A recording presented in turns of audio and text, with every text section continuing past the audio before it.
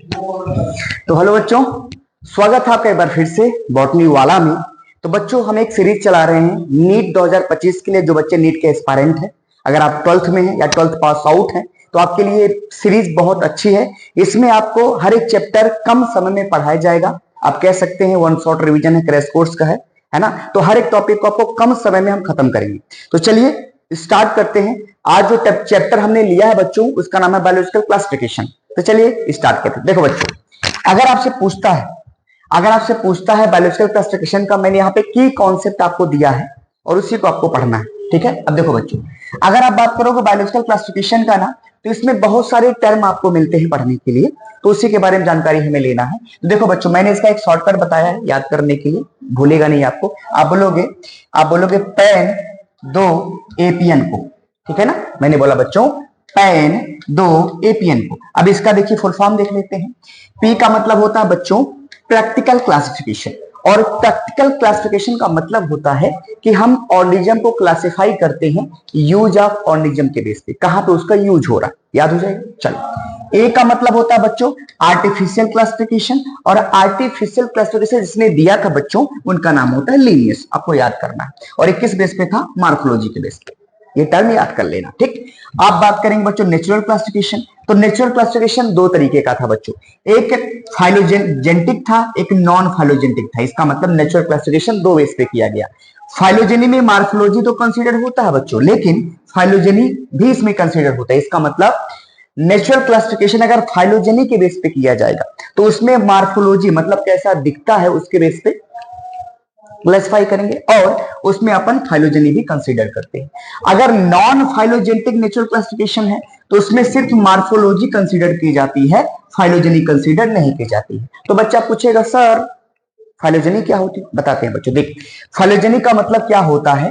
Phylogeny का मतलब होता है क्लैडिस्टिक क्लासिफिकेशन। अपन फाइलोजेनी को क्लैडिस्टिक क्लासिफिकेशन कहते हैं। मैं बच्चों लिख लिख के इसलिए नहीं पढ़ा रहा हूं, क्योंकि अपन को टाइम बचाना है, राइट, समय कम है। तो ये आपका वन शॉट है, इसीलिए बच्चों नहीं लिख रहा हूं, ठीक। देख, फाइलोजेनी का मतलब होता है बच्चों जब आप इवोल्यूशनरी रिलेशनशिप पढ़ते हैं, उसको आप क्या बोलते हैं बच्चों, फाइलोजेनी बोलते हैं। जब आप इवोल्यूशनरी रिलेशनशिप पढ़ते हैं, उसी को आप क्या बोलते हैं बच्चों, फाइलोजेनी बोलते हैं। अब बच्चा क्या बच्चों, एपीएन याद रखना। एपीएन के बारे में अगर आपको पूछे एपीएन क्या है, तो आपको याद रखना होगा बच्चों एपीएन एपीएन, इन तीनों का मतलब सेम है। बार बार क्वेश्चन बन जाता है बच्चों कि ए का मतलब बोला, ए का मतलब होता है बच्चों अडेनोसिन, पी का मतलब होता है फेनेटिक। ये आपको बच्चों मिलेगा ना प्लांट में, जब आप प्लांट का पहला प्लांटेनम का पेज पढ़ोगे ना, तो हाँ ये नाम मिलेगा आपको। मैं लिंक करके पढ़ा रहा हूं, तो कंफ्यूजन आपको नहीं लेना, ठीक है।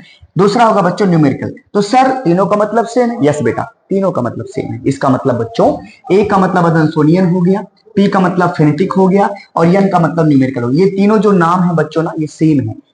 अडेनोसिन को आप फेनेटिक कह सकते हैं, फेनेटिक को आप बच्चों न्यूमेरिकल कह सकते हैं। लाइफ समझ में आ रहा है बच्चों, हाँ आना चाहिए आपको, ठीक।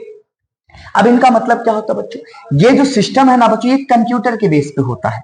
इसमें नंबर ऑफ कोड दिए जाते हैं, और सारे कैरेक्टर को इक्वल इंपॉर्टेंस दिए जाते हैं, इक्वल वेटेज दिया जाता है। इसका मतलब जैसे आप कपड़ा लेने जाते हो, तो क्यूआर कोड होता है उसका, वो स्कैन करता है, कैश सीधा ले लेता है, उसमें सब कुछ बता देता है किस साइज का है, एल साइज का है, एम साइज का, कितने रुपए का, किस ब्रांड का, सब कुछ निकल के चला आता है। तो बच्चों क्लासिफिकेशन ऑर्गेनिज्म का जब किया गया ना, तो बहुत चीजें देखी गई। तो ये कंप्यूटर के बेस पे होता है, कोड दिए जाते हैं, कोड को डालेंगे तो उस ऑर्गेनिज्म के बारे में पूरा विस्तार से निकल आएगा। बच्चों समझ में आ रही है ना, छोटी सी बात है, बस तो इसे पढ़ते जाए। बच्चों देख, अगर आप 11th में, तो आपको थोड़ा कम समझ में आएगा, क्योंकि बच्चों ये मैं जो क्लास ले रहा हूं, ये रिपीटर का है, ड्रॉपर का, जिसने एक बार पढ़ाई करी है, ओके। इस बात को ध्यान रखना बच्चों। चलो, तो अब हम क्या करते हैं बच्चों, दूसरी टॉपिक पढ़ते हैं, आइए समझते हैं बच्चों। अब इसमें देखो बच्चों, ये तुमको पढ़ना है, ठीक। अगर ये तुम पढ़ोगे, अगर मैं आपको ये टॉपिक बच्चों बताऊंगा, तो बहुत ही आसान टॉपिक है, इसमें कुछ करना नहीं है आपको। देखो बच्चों, ये ट्रिक है, इसमें सारे साइंटिस्टों के नाम मैंने लिखा है, कुछ एनसीईआरटी में है, कुछ एनसीईआरटी में नहीं है, लेकिन बच्चों है बहुत सारे। तो देखो बच्चों, ये साइंटिस्ट का नाम ट्रिक क्या है, अटक गया बीईओ गली में, ताकि आपको साइंटिस्ट सारे याद हो। क्या बोलेंगे बच्चों, अटक गया बीईओ गली में, अटक गया बीईओ गली, ये ट्रिक है जितने साइंटिस्ट हमें पढ़ने हैं, ओके।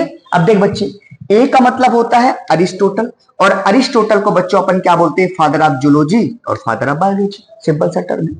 बोलना भाई, फादर ऑफ जूलॉजी और फादर ऑफ बायोलॉजी किसको बोलते हैं? अरिस्टोटल को। सिंपल।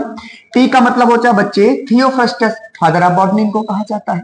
सी का मतलब होता है कैरोलस लिनियस बच्चों, इनको फादर ऑफ प्लांट और एनिमल टेक्सोनॉमी कहा जाता है। सिंपल सी बात है। अगर आप बच्चों बात करेंगे बेंथम और हुकर का बच्चों, जिन्होंने बिगेस्ट नेचुरल क्लासिफिकेशन किया था स्पर्मेटोफाइटा का, बिगेस्ट नेचुरल क्लासिफिकेशन जिसने स्पर्मेटोफाइटा का बच्चों किया था, उनका नाम क्या बोलेंगे? बेंथम और हुकर बोलेंगे। आइकलर ने पहली बार फाइलोजेनी को यूज करा था और ओस्टवाल्ड टिपो ने बच्चों बिगेस्ट फाइलोजेनेटिक क्लासिफिकेशन किया था। ओस्टवाल्ड टिपो ने बिगेस्ट फाइलोजेनेटिक क्लासिफिकेशन किया था। इतनी बातें बच्चों आपको याद रखनी। ओके, छोटी छोटी बातें हैं बच्चों, आ रहा है। चलो अब बच्चे इसके आगे आपको बताते हैं। ये पूरी कहानी समझ में आ गई बच्चों? एनसीईआरटी में जो होगा उसको पढ़ना, जो नहीं होगा थोड़ा उसको और पढ़ लेना। ओके, चलेगा बच्चों, आ जाओ। तो बच्चों अब देखो, तुम यहां से आपको पढ़ाना है, आया तो यहां से आपको पढ़ाना है कि मैं आपको बताने वाला हूं कि कितने किंगडम आए थे। उसके बाद बच्चों आपको हर चीजें बताऊंगा। देखो बच्चों, आइकलर ने बोला कि मैं प्लांट को दो पार्ट में बांटता हूं। आइकलर ने बोला कि मैं प्लांट को दो पार्ट में बांटता हूं, एक होगा बच्चों क्रिप्टोगैम, एक होगा बच्चों फेनोगैम। आया?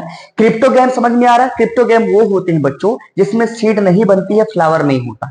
आया ना? इसमें नाम क्या होगा बच्चों? सिंपल है, अलगा होगा, ब्रायोफाइटा होगा और ट्रेडोफाइटा होगा। सिंपली समझ में आ रहा है बच्चों? कोई डाउट नहीं होना चाहिए आपको। चलो, फेनोग्राम में कौन आएगा बच्चों? इसका मतलब इनमें सीड प्रेजेंट होती है, फ्लावर प्रेजेंट होता है ना? इसमें कौन आएगा? जिम्नोस्पर्म और एंजियोस्पर्म आएगा। सिंपल सी बात है। अब बच्चों यहां पे आता है आपका इंपॉर्टेंट सवाल, देखना बच्चों। 2 किंगडम दिया गया था लिनियस के द्वारा, 3 किंगडम दिया गया था हैकेल के द्वारा, 4 किंगडम दिया गया था कोपलैंड के द्वारा। तो 2 kingdom Linnaeus, 3 kingdom Haeckel, 4 kingdom Copeland, 5 kingdom आरिस विटेकर, 6 किंगडम या 3 डोमेन कार्ल ओच।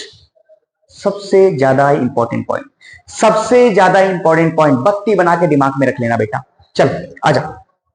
अब इसमें देख बच्चे, फिर से बता रहा हूं, देख अगर 2 किंगडम की बात करेंगे, आपसे पूछा है 2 किंगडम क्लासिफिकेशन किसने किया था, तो आप कहोगे बेटा लिनियस ने किया था। कोई डाउट? दूसरी बात, इसमें कौन कौन आता है? प्लांट किंगडम और एनिमल किंगडम। चलेगा? चलेगा। 3 किंगडम किसने दिया था? हैकल। सर उसमें कौन कौन आता है? अरे भाई प्लांट किंगडम आता है, एनिमल किंगडम आता है और प्रोटिस्टा आता है। चलेगा? चलेगा। 4 किंगडम सर कोपलैंड ने दिया था, उसमें कौन कौन आता है? जरूर plant kingdom, animal kingdom, protista और मोनेरा आता है। इसका मतलब 3 किंगडम में मोनेरा आपका था, नको नहीं था। 5 किंगडम में सर आरिस विटेकर ने दिया गया था, Monera, protista, fungi, Plantae, animal, ये सारे इसमें आते हैं। ठीक। 6 किंगडम या 3 डोमेन किसने दिया था? कार्ल ओज ने। एनसीईआरटी में बच्चों लिखा। आइए आगे चलते हैं बच्चों। चलो इधर देखो बच्चों, अब इसको देखो। आरिस विटेकर ने बच्चों 5 किंगडम दिया था, किस बेसिस पे? ये एनसीईआरटी में लिखा गया है। तो बेसिस का ट्रिक है, कब परम सुख आएगा। देखो लिखा है कब परम सुख आएगा। तो देख सी का मतलब बच्चों देखो, निमोनिक से क्या होता है? क्वेश्चन बनने के चांसेस ज्यादा होते हैं, इसलिए बायोलॉजी में हम लोग निमोनिक देते हैं।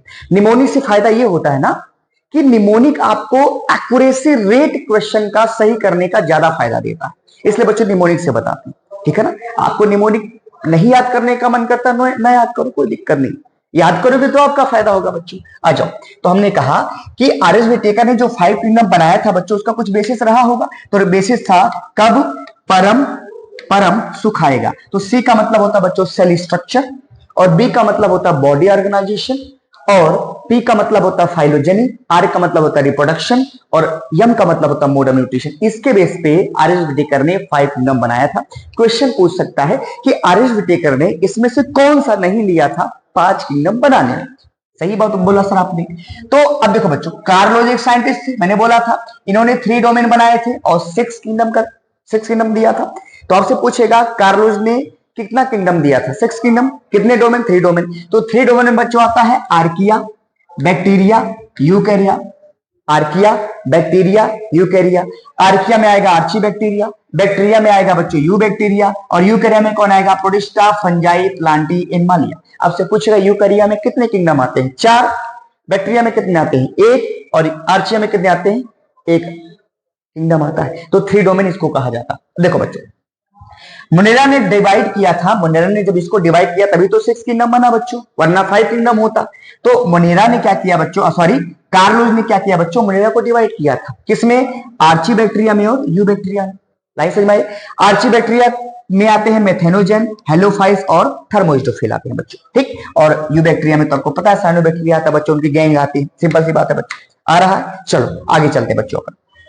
देख बच्चे, अरिस्टोटल की अगर अपन बात करेंगे ना बच्चों, सारे साइंटिस्ट मुझे आज ही खत्म करने बच्चों, जितना भी वीडियो बनेगी सारे साइंटिस्ट का आज ही खत्म करना है। आओ बच्चों, अगर आप अरिस्टोटल की बात करोगे ना बच्चों, तो इन्होंने क्या किया था, पहली बार जिन्होंने बच्चों, पहली बार जिसने प्लांट एनिमल को क्लासिफाई करने की कोशिश करी, वो बच्चों कौन थे, अरिस्टोटल थे। तो प्लांट एनिमल का पहली बार, एक सवाल आपसे पूछेगा बच्चे, भूलना मत, पहली बार जिसने प्लांट एनिमल का क्लासिफिकेशन किया था उसे अरिस्टोटल कहा जाता है। और इन्होंने बच्चों यूज किया था सिंपल मार्फोलॉजी के कैरेक्टर के बेस पे। ये लाइन बहुत ही इंपॉर्टेंट है, बार बार सवाल बनता है। आ रहा बच्चों। दूसरी बात देखो बच्चों, अरिस्टोटल ने कहा कि प्लांट को हम बांटेंगे हर, सर्व, ट्री में, इन्होंने बोला था। और इन्होंने कहा एनिमल को हम ब्लड के बेस पे बांटेंगे 2 पार्ट में, जिसके पास रेड ब्लड अब्सेंट है उसे बोलेंगे अनेमा, और जिसके पास रेड ब्लड प्रेजेंट है उसको बोलेंगे बच्चों इनेमा। इंपॉर्टेंट है, इनेमा अनीमा नहीं लिखा गया है, ठीक है। आओ बच्चों, कैरोलस लिनियस ने क्या किया बच्चों, 2 किंगडम क्लासिफिकेशन किया, इन्होंने प्लांट किंगडम बनाया और एनिमल किंगडम बनाया था, याद है आपको। ओके चलो, अब इन्होंने बच्चों समझना, कार्लोस ने कहा कि हम जो भी 2 किंगडम बनाएंगे, ये इसका बेस था सेलवॉल, सेलवाल के बेस पे 2 किंगडम बनाए गए थे। तो जिसके पास सेलवाल था वो प्लांट किंगडम में रखा गया, जिनके पास सेलवॉल नहीं था वो एनिमल किंगडम में रखे गए। ये बच्चों बहुत ही इंपॉर्टेंट है, कैरोलस लिनियस का क्लासिफिकेशन बहुत ही इंपॉर्टेंट है बच्चों, इसको याद कर लेना। ओके बच्चों, चलो ठीक है। ओके आओ, तो नोट पॉइंट याद रखना है बच्चों, जो कैरोलस लिनियस ने 2 किंगडम बनाया था ना बच्चों, उसमें सेलवाल कंपोजिशन नहीं देखा गया था, सेलवाल देखा गया था। सेलवाल कंपोजिशन मतलब सेलवाल किससे बना है, पेप्टिडोग्लाइकॉन, सेलुलोज, काइटिन किससे बना, ये सब नहीं देखा गया। तो इन्होंने कहा प्लांट किंगडम में किसको किसको रखा जाएगा, तो इन्होंने कहा कि हम प्लांट किंगडम में सारे प्लांट को तो रखेंगे ही, क्योंकि सेलवाल है। तो अलगा के पास सेलवाल था प्लांट किंगडम में। एनसीईआरटी में ब्रायोफाइटा के जाते मॉसेस लिखा है, तो मॉसेस आपका ब्रायोफाइटा है। ट्रेडोफाइटा को किसमें रखा, इसी को फर्न कहते हैं बच्चों, इसमें आता है, तो प्लांट किंगडम में रखा। जिम्नोस्पर्म में प्लांट में रखा, एंजियोस्पर्म में, तो इसका मतलब बच्चों में समझना मैं क्या समझा रहा हूं कि भाई अलगा के पास सेलवाल था तो प्लांट किंगडम में रखा गया, ब्रायोफाइटा के पास सेलवाल था प्लांट किंगडम में रखा गया, एनसीईआरटी में मॉसेस लिखा होगा। ट्रेडोफाइटा के पास सेलवाल था प्लांट किंगडम में रखा गया, जिम्नोस्पर्म के पास सेलवाल था प्लांट किंगडम में रखा गया, एंजियोस्पर्म के पास सेलवाल था प्लांट किंगडम में रखा गया। बैक्टीरिया के पास सेलवाल होता है इसलिए प्लांट किंगडम में रखा। फंजाई के पास सेलवाल होता है प्लांट किंगडम में रखा। साइनोबैक्टीरिया के पास सेलवाल होता है इसलिए प्लांट किंगडम में रखा। इसका मतलब सर सबके पास सेलवाल होता है, प्लांट किंगडम में रखा, चलो सही है। तो आपसे पूछेगा कि 2 किंगडम के हिसाब से प्लांट किंगडम में बैक्टीरिया रखा गया था, फंजाई में था, कोई डाउट नहीं बच्चों। और एनिमल किंगडम में इनवर्टिब्रेट्स, वर्टिब्रेट्स और प्रोटोजोवन जिनके पास सेलवाल नहीं था उनको एनिमल किंगडम में रखा गया, जैसे इसमें आता है आपका अमीबा और पैरामीशियम आता है बच्चों। ये बहुत इंपॉर्टेंट, याद कर लेना कि प्लांट किंगडम में किसको किसको रखा गया था, एनसीईआरटी में 2 किंगडम के हिसाब से। और नोट पॉइंट बच्चों ये हुआ कि ग्लीना बेचारे को तो जगह ही नहीं मिली 2 किंगडम में, वो कहां जाए, क्योंकि बच्चों वो प्लांट और एनिमल के बीच में लिंक करता था, इसको जगह ही नहीं मिला। बहुत इंपॉर्टेंट पॉइंट है, याद कर लेना बच्चों। चलो आगे चलते हैं बच्चों, आ रहा है, आया बच्चों। और कमेंट में जरूर बताना कि वीडियो कैसी लगी। सर इतना तेजी से ही पढ़ाऊं चलेगा, क्योंकि आप बच्चों ड्रॉपर है, नीट के एस्पायरेंट है, तो बच्चों अगर मैं बहुत स्लो चलूंगा ना तो क्रैश कोर्स का मतलब ही क्या होता है, आप पढ़े इसलिए तो ऐसा चल रहा है। अगर आपको चाहिए कि और स्लो पढ़ाऊं तो मैं आपको और स्लो पढ़ाऊंगा, कमेंट में जरूर बताना बच्चों। ओके, और प्यार भरा कमेंट लिखना कि आपको कैसी लगी। ओके चलो बच्चों, अब आगे आते हैं बच्चों अपन। देख अब बच्चों इसमें क्या था, देख 2 किंगडम क्लासिफिकेशन कैसे किया गया था, उसमें क्या कमियां थी ये मैं बताऊं। तो बच्चों तो लिनियस ने क्या कहा कि मान लीजिए अलगा है, ब्रायोफाइटा है, ट्रेडोफाइटा है, जिम्नोस्पर्म है, एंजियोस्पर्म है, कोई दिक्कत नहीं है। इन सबके पास ये सारे के सारे मल्टीसेलुलर है, ये भी मल्टीसेलुलर, ये भी मल्टीसेलुलर, ये भी मल्टीसेलुलर। चलो यूकैरियोटिक ये भी है, ये भी है, ये भी है, ये भी, ये सारे यूकैरियोटिक है। ऑटोट्रॉपिक सारे बच्चों, जब प्लांट है बच्चों सारे के सारे ऑटोट्रॉपिक होंगे। यहां तक तो कोई दिक्कत नहीं थी क्योंकि सारे के सारे प्लांट थे। दिक्कत तो तब आई बच्चों, बैक्टीरिया आपका था यूनिसेलुलर, रखा किसके गया, मल्टीसेलुलर में। बैक्टीरिया था बच्चों प्रोकैरियोटिक, रखा किसके साथ गया, यूकैरियोटिक, क्योंकि सारे के सारे बच्चों क्या है, यूकैरियोटिक। लाइन समझ में आया बच्चों। बैक्टीरिया आपका ऑटोट्रॉफ हेटेरोट्रॉफ दोनों करता है न्यूट्रिशन, लेकिन किसके साथ रखा गया ऑटोट्रॉफ। तो कमियां नजर आने लगी भैया लीनियस जी, जब ये बैक्टीरिया आपको आपका यूनिसेलर है तो आपने मल्टीसेलर के साथ क्यों रखा, पहली कमी। जब बैक्टीरिया आपका प्रोकैरियोटिक है तो आपने यूकैरियोटिक के साथ क्यों रखा है, दूसरी गलती। जब बैक्टीरिया आपका ऑटोट्रॉफ हेटेरोट्रॉफ दोनों है तो आपने क्यों हेटेरोट्रॉफ के साथ रखा है, ऑटोट्रॉफ के साथ क्यों रखा है, कमियां बच्चों नजर आने लगी। दूसरा, फंजाई मल्टीसेलर होता है, ये सारे मल्टीसेलर हैं। अब देखा फंजाई यूकैरियोटिक होता है, लेकिन बच्चों फंजाई तो हेटेरोट्रॉपिक होता है, तो इनको आपने ऑटोट्रॉफ के साथ क्यों रखा। तो आपसे पूछेगा बच्चों, देखो बच्चों, अलगा इज मल्टी एंड यूनिसेलर, ये याद रखना, अलगा क्या मल्टीसेलर और यूनिसेलर हो सकते हैं बच्चों, ये लाइन सही है। क्यों, क्लाइमिडोमोनास यूनिसेलर होता है, तो ये बच्चों याद रखना, अलगा यूनिसेलर और मल्टीसेलर दोनों होते हैं। चलो आजा, तो टू किंगडम का बच्चों ड्रॉबैक क्या रहा, बताया बच्चों, ड्रॉबैक ये रहा कि इन्होंने यूनिसेलर मल्टीसेलर को एक साथ रखा, कमियां थी, यस सर। प्रोकैरियोटिक यूकैरियोटिक को एक साथ रखा, कमियां थी, रखा बच्चों। प्रोकैरियोटिक आपका देखो ना, ये प्रोकैरियोटिक है, बैक्टीरिया प्रोकैरियोटिक है, आपने यूकैरियोटिक के साथ रखा है। चलो, ऑटोट्रॉफ हेटेरोट्रॉफ को एक साथ रखा, ऑटोट्रॉफ में कौन आता है, प्लांट, हेटेरोट्रॉफ में आपका बच्चों फंजाई आता है, बैक्टीरिया आता है, क्यों रखा उनको एक साथ, तो कमियां रही बच्चों, उनको अलग सेपरेट किंगडम देना चाहिए था, नहीं दिए बच्चों। फोटोसिंथेटिक और नॉन फोटोसिंथेटिक, तो फोटोसिंथेटिक बच्चों आपके सारे प्लांट आ जाते हैं और नॉन फोटोसिंथेटिक में आपका फंजाई आता है बच्चों। तो इनको बच्चों गड़बड़ी ये थी, आपसे ये पूछेगा कि टू किंगडम का ड्रॉबैक क्या था, आपसे सवाल पूछेगा बच्चों। आ जाओ बच्चों, अलगा बच्चों मोस्टली क्या होते हैं, मल्टीसेलर होते हैं, लेकिन बच्चों क्लोरेला क्लैमिडोमोनास ये यूनिसेलर होते हैं। तो सर इसमें डाउट है बच्चों, बहुत इंपॉर्टेंट, आओ आगे समझाते हैं आपको, ये लाइन याद कर लेना बच्चे, ठीक है, वही बता रहे हैं बच्चों, ठीक है। आ जाओ देख दिखाते हैं। फिर बाद में पता चला बच्चों, साइंटिस्टों को यह पता चला कि फंजाई को जो सेलवाल का कंपोजिशन होता है वो अलग होता है प्लांट से, उसका सेलवाल काइटिन से बना होता है, इसलिए उन्होंने फंजाई का एक किंगडम बनाया, जिसको उन्होंने कहा फंजाई जिस किंगडम में रखी गई उस बनाया गया फंजाई किंगडम, आया ना। तो बाद में पता चला कि फंजाई का सेलवाल प्लांट के सेलवाल से नहीं मिलता है, क्योंकि उसका सेलवाल बच्चों काइटिन से बना है, इसलिए उसका एक किंगडम बनाया गया, किंगडम फंजाई। आ रहा है बच्चों, अब देखो बच्चों, थ्री किंगडम जो दिया गया था बच्चों हैकल के द्वारा दिया गया था, भाई टू किंगडम तो कैरोलस लिनियस ने दिया, थ्री किंगडम हैकल ने दिया था। तो बच्चों क्या हुआ, इसमें देखो प्लांट किंगडम, एनिमल किंगडम और प्रोटिस्टा, ये थ्री किंगडम दिया गया था हैकल की जगह। तो थ्री प्रोटिस्टा के अंतर्गत कौन कौन आया, तो प्रोटिस्टा के अंतर्गत बच्चों अमीबा पैरामीशियम रखे गए, जो पहले बच्चों एनिमल में रखे गए, किस बेस पे, समझा ना बच्चों। थ्री किंगडम जब क्लासिफिकेशन किया गया तो प्लांट किंगडम और एनिमल किंगडम, तो कैरोलस लिनियस ने प्लांट किंगडम में सबको रख दिया गया था, कुछ लोग प्लांट किंगडम में थे, कुछ लोग एनिमल किंगडम थे। तो बच्चों बैक्टीरिया फंजाई कैरोलस लिनियस के हिसाब से किसमें थे, प्लांट किंगडम में थे। तो बच्चों समझो मेरी बात, तो जब थ्री किंगडम आया तो प्लांट किंगडम में जो लोग रखे गए थे और जो लोग एनिमल किंगडम में रखे गए थे, कुछ जो एक्सेप्शन में थे उनको फिर निकाले किसमें रखा गया, प्रोटिस्टा में। इसका मतलब प्रोटिस्टा में वही आएंगे जो यूनिसेलर होंगे। तो देखो बच्चों, अमीबा पैरामीशियम को पहले एनिमल में रखा गया था सेल वॉल के बेस पे, लेकिन बच्चों ये दोनों यूनिसेलर है तो इनको फिर से किसमें रखा गया, प्रोटिस्टा में। दूसरा, क्लोरेला क्लैमिडोमोनास को पहले किसमें रखा गया था, प्लांट में, लेकिन ये यूनिसेलर थे जिसकी वजह से इनको किसमें रखा गया, प्रोटिस्टा में। और बैक्टीरिया और फंजाई को भी किसमें रखा गया, प्रोटिस्टा में। इसका मतलब आपसे सवाल पूछेगा, थ्री किंगडम क्लासिफिकेशन में फंजाई कहां रखा गया था, प्रोटिस्टा में, बैक्टीरिया कहां रखा गया था, प्रोटिस्टा में, क्लोरेला क्लैमिडोमोनास किसमें रखा गया था, प्रोटिस्टा में, अमीबा पैरामीशियम किसके बेस पर रखा गया था बच्चों, प्रोटिस्टा में रखा गया था। लेकिन आपसे पूछेगा अमीबा पैरामीशियम पहले किसमें रखे गए थे, एनिमल में, ओके, सेलवाल के बेस पे। और क्लोरेला क्लैमिडोमोनास पहले किसमें रखे गए थे, प्लांट में। कोई डाउट बच्चों नहीं होना चाहिए, याद रखना। अब देखो बच्चों लिखा है कि अमीबा पैरामीशियम क्लोरेला और क्लैमिडोमोनास, है ना, और बैक्टीरिया की बात करें, ये सारे के सारे बच्चों यूनिसेलर होते, सब यूनिसेलर होते। तो प्रोटिस्टा में ये सब रखे गए थे, आपसे सवाल पूछेगा जैसे मैंने आपको बताया है, ये आपको याद रखना है। अगर बच्चों आप हाई किंगडम की बात करोगे ना तो ये बेसिक पॉइंट है, इसको याद कर लेना, इसे तेरे सवाल बनते जाएंगे। देख बच्चे, ये हो गया मोनेरा, ये हो गया प्रोटिस्टा, ये हो गया फंजाई, ये हो गया प्लांट, ये हो गया एनिमालिया। तो बच्चों अगर बात करेंगे हम मोनेरा का ना, मोनेरा का, तो बच्चों मोनेरा आपका यूनिसेलर होता है और प्रोकैरियोटिक होता है। मोनेरा आपका यूनिसेलर होता है, प्रोकैरियोटिक होता है। तो बच्चों अमीबा पैरामीशियम क्लोरेला क्लैमिडोमोनास की बात करेंगे ना, ये सारे के सारे यूनिसेलर, लेकिन प्रोकैरियोटिक नहीं, तो इसमें तो रखे नहीं जा सकते। देखो यूनिसेलर यूकैरियोटिक, तो बच्चों समझो अमीबा पैरामीशियम क्लोरेला क्लैमिडोमोनास ये यूनिसेलर और यूकैरियोटिक है, इसलिए बच्चों इनको कहां रखा गया, पुडिस्टा में रखा गया। फंजाई, प्लांटी, एनिमल, ये सारे के सारे मल्टीसेलुलर होते हैं और यूरोडिक होते हैं।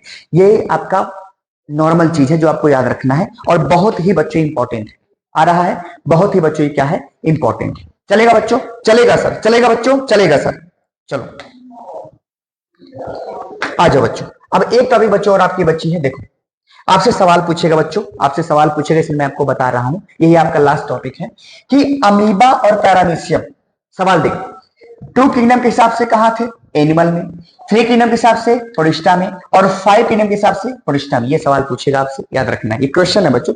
देख, फंजाई 2 किंगडम के हिसाब से प्लांट में था, 3 किंगडम के हिसाब से प्रोटिस्टा में था, 5 किंगडम के हिसाब से उसका फंजाई अलग किंगडम बना, क्योंकि सेल वॉल का कॉम्बिनेशन अलग था बच्चों। नेक्स्ट, बैक्टीरिया 2 किंगडम के हिसाब से सर प्लांट में था, मैंने बताया बच्चों। 3 किंगडम के हिसाब से प्रोटिस्टा में, मैंने बताया बच्चों। 5 किंगडम से बैक्टीरिया किस में आएगा? मोनेरा में। 5 किंगडम के हिसाब से बच्चों कितना आएगा? मोनेरा में। चलो टेबल 2.1 आपके एनसीईआरटी में होगा, आपको ये मेन याद रखना है कि सेलवाल मोनेरा का नॉन सेलोजिक होता, मतलब सेलवाल सेलो से नहीं बना होता है, और वो बना होता पॉलीसेकेराइड और अमीनो एसिड से। प्रोटिस्टा में कुछ में सेलवाल पाया जाता है। फंजाई का सेलवाल काइटिन से बना होता है, प्लांट का सेलवाल सेलोज से बना होता है, एनिमल का सेलवाल पाया नहीं जाता, तो एनिमल में सेल वॉल नहीं पाया जाता बच्चों। अब बॉडी ऑनेशन देख ले, जो टेबल पॉइंट 1 है ना आपका, 2.1 है ना बच्चों, उसमें का मेन मैं आपको बता रहा हूं। देख, मोनेरा में बॉडी ऑनेशन सेलुलर होता है, प्रोटिस्टा में सेलुलर होता है, और फंजाई में मल्टी सेलुलर होता है, लूज टिश्यू होता है। ये इंपॉर्टेंट है बच्चों, इसलिए मैंने ऐसा लिखा है, ठीक। और प्लांट में टिश्यू और ऑर्गन तक बॉडी होती है, और एनिमल में बच्चों आपका टिश्यू ऑर्गन सिस्टम होता है। सर थोड़ा इंपॉर्टेंट बता दो, आओ जाओ बच्चों। अगर आप मोनेरा की बात करोगे ना बच्चों, तो मोनेरा प्रोटिस्टा में सेलुलर लेवल होते हैं, इनकी बॉडी सेल तक होती है। फंजाई में मल्टी सेलुलर तक उनकी बॉडी बनती है, लेकिन लूज टिश्यू पाए जाते हैं, इंपॉर्टेंट है बच्चों। प्लांट में उनकी बॉडी ऑर्गन लेवल तक होती है, ऑर्गन लेवल तक। तो आपको क्या करेगा, एग्जांपल देकर पूछेगा इनकी बॉडी कितने लेवल तक होती है? ऑर्गन लेवल तक होती है। और एनिमल में ऑर्गन सिस्टम लेवल तक होती है। तो हमारे बॉडी में ऑर्गन सिस्टम है बच्चों, circulatory system, excretory system, respiratory system बच्चों, ये सब है। समझ में आया बच्चों? सारे क्वेश्चन है बच्चों, जो जो क्वेश्चन बच्चों बनते हैं ना, मैंने तुमको हर क्वेश्चन बच्चों बता दिए, ठीक है। जो जो क्वेश्चन आपके बनते हैं मैंने सारे क्वेश्चन को बच्चों आपको बताया है, और इंपॉर्टेंट है बच्चों, सारा इंपॉर्टेंट है, ठीक है ना बच्चों। वन शॉट रिवीजन है बच्चों, तो डाउट नहीं लेना बच्चों। तो कल से बच्चों आपको हम मोनेरा खत्म करेंगे। हर वीडियो आपको टॉपिक वाइज आने वाली बच्चों, तो आपके पास समय है बच्चों, फिर से स्टार्ट करो। पूरी बॉटनी में आपको पढ़ाऊंगा बच्चों, जूलॉजी नहीं पढ़ाना है मुझे, मैं सिर्फ आपको बॉटनी पढ़ाऊंगा, और पूरी बॉटनी में आपको कोशिश करूंगा कि नीट में आपके सारे क्वेश्चन बने रहिए बॉटनी वाला के साथ। Thank you.